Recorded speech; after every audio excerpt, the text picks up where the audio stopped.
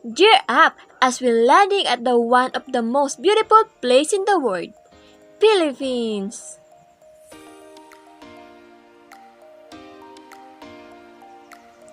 This is the home to world-renowned natural wonders like an underground rivers, rice terraces, incredible diving spots rich in biodiversity, colorful transportation, unique cuisine from savory to sweet. Variant festivals will showcase its colorful cultures and friendly locals.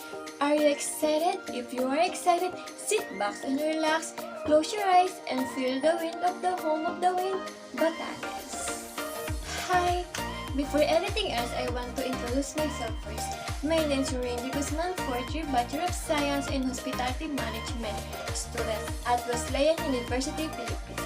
And this is a final video about the trends and issues within the tourism and hospitality industry.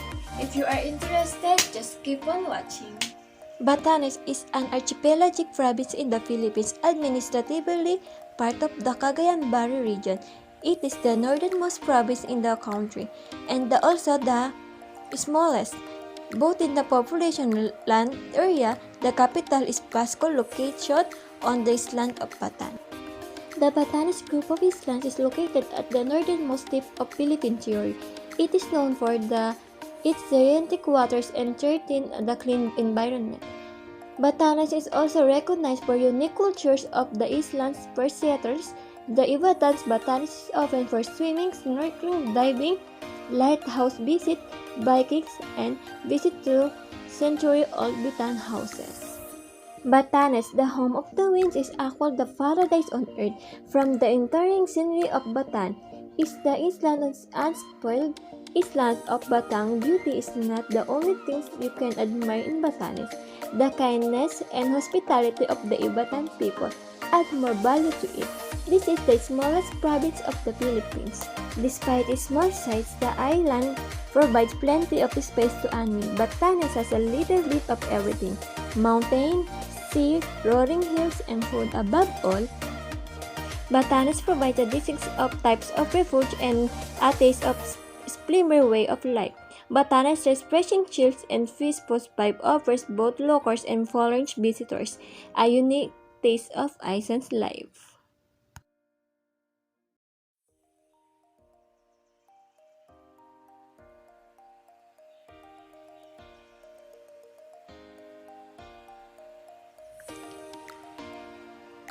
Batanes tourist spot.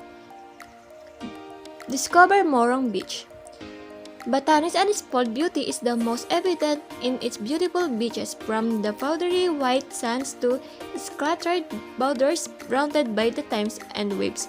Batanes has a variety of seascapes you can swim in, visit, and launch in, such as a Morong Beach located in Sabtang Island. Morong Beach is one of the most popular beaches in the province, thanks to the large rock formation called Nakabuang Arc. This natural formation is said to be the most photographed spot in all Batanes and has become an icon of Sabang Island and Batanes as a whole. Mount Iraya. Batanes is square and at every turn, and you'll be hard-pressed to find a spot anywhere on the island and are not worth capturing in photos. One great example is the famous tourist attraction in Batanes in Mount Iraya. This is an active volcano offers an adventure for hiker. This tourist spot is a significant landmark of Ibatans. According to the older Ibatans, whenever someone important in their trip passes away, a ring of clouds appear above the mountains, and elders also talk of the past Mount Araya eruption, referring to the gaps near on the top where lava on the water sprouted from the craters. Basco Lighthouse. Start your lighthouse tour bright and early Basco, located at the main island Batan, built in 2003 to serve as a guide to local fishermen. The 66-feet tower Basco Light offers the 360-degree view of Basco Town proper, Basco Port, and the West Philippine Sea. Basco Lighthouse is the one of the 3 active lighthouses suggested by the Florencio Abad, a former Batanes congressman. Sabang and the Mahatao are the two other lighthouses, and all of them are considered tourist attraction in the province. It also precious location of American telegraph facilities linking Batanes to the central government until it got demolished due to the bombing of the Japanese Imperial Army in the beginning of World War II. Bayang Roaring Hills. Bayang Roaring Hills will give you an unobstructed view of the majestic Mount Araya as well as the province's significant island Batan, Sabang, and at all once. A big part of the Roaring Hills used to be public land covered in kagon grass, which is used by the locals to make their kagon routes. Today, most of the land in the Bayang consists of farmland. From afar, you can see goats and cows grazing in the greenery. You can also catch the glimpse of the beautiful West Philippine Sea. When you are the Roaring Hills, take photo as admire the screenly offered in this tourist spot, which are part of the northern Batan Escape. Balagan Boulder Beach. Come and visit Balagan Boulder Beach. Countless round boulders and smaller stones fill the entire 3-kilometer stretch of this beach in Batan Island. This is that the rocks on the beach were ejected from the Mount Iraya during an eruption several centuries ago, and that the stones have been rounded due to the years to constantly founding waves from the Pacific Ocean. Because of Road 13, swimming at the Balagan Beach is not allowed. Taking the stone home as a souvenir is not allowed either. It is the best beach during the early morning or late afternoon. Make sure to catch the sunrise if you can. It is a beautiful sight on behold. Batanes food.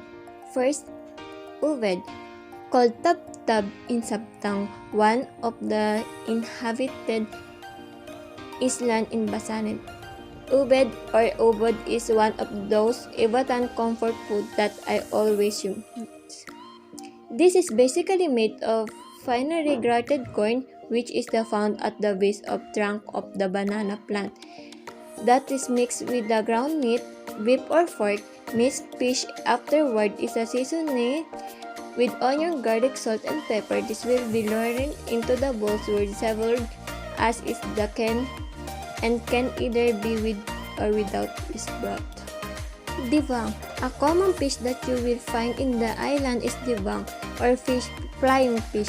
Yes, it is those fly or leap out of the water, a defense mechanism to evade predators to the depth. Its different variation, other than simply flying it as such as lavaten, are familiar with kinilaw style or preparing fish meat in the Philippines or simply. Second is maite. 1 day old. After the fish is cleaned and opened up, it will be marinated in salt, vinegar, garlic, and then laid out under the sun for a day to dry. Bones. This is a dish that used to prepare a lot of your family and is the one of the favorites of others. This is made of reverse gavi or taro stock with the could technically last for the years. As a typically Batanes post, the gavi stalks are first cooked in the water. Afterwards, it will be cut and miced and then cooked together with pork and patola or sparge gourd. You could surely think of the other version of laing of Bicoles, especially in the Philippines. Root crops. The Batanes Islands abundant with root crops, namely, they are steam fried or smoked, but recently we have started to make different ways of cooking it. Personally, we love to eat them fried and dipped with a condensed milk or coconut cream. Sopas. Always a staple during fiestas or festivals. Sopas or Valenciana, as called in the Itbayat Island, is a rice cooked with turmeric pulp, yellow ginger that's often mixed with garlic and pork. It's aptly called yellow rice because, well, it is a yellow from the turmeric. Some people would often say that the taste is closest to Java rice, and it's right.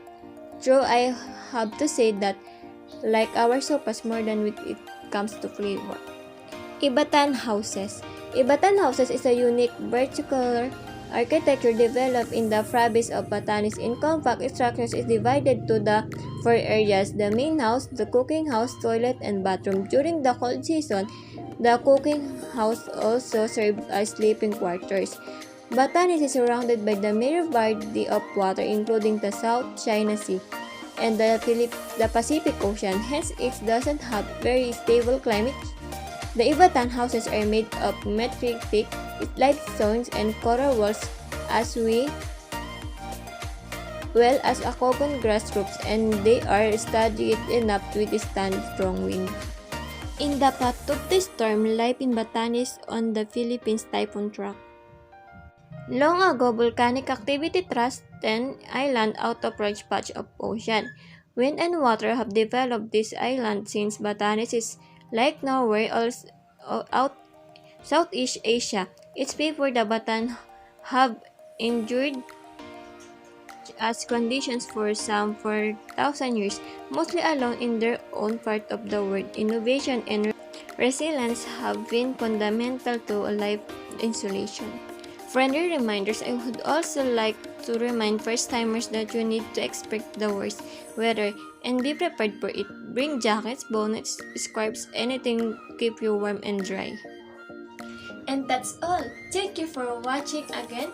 My name is Randy Guzman from HRA42 at Wesleyan University, Philippines. This video is for educational only. Keep safe!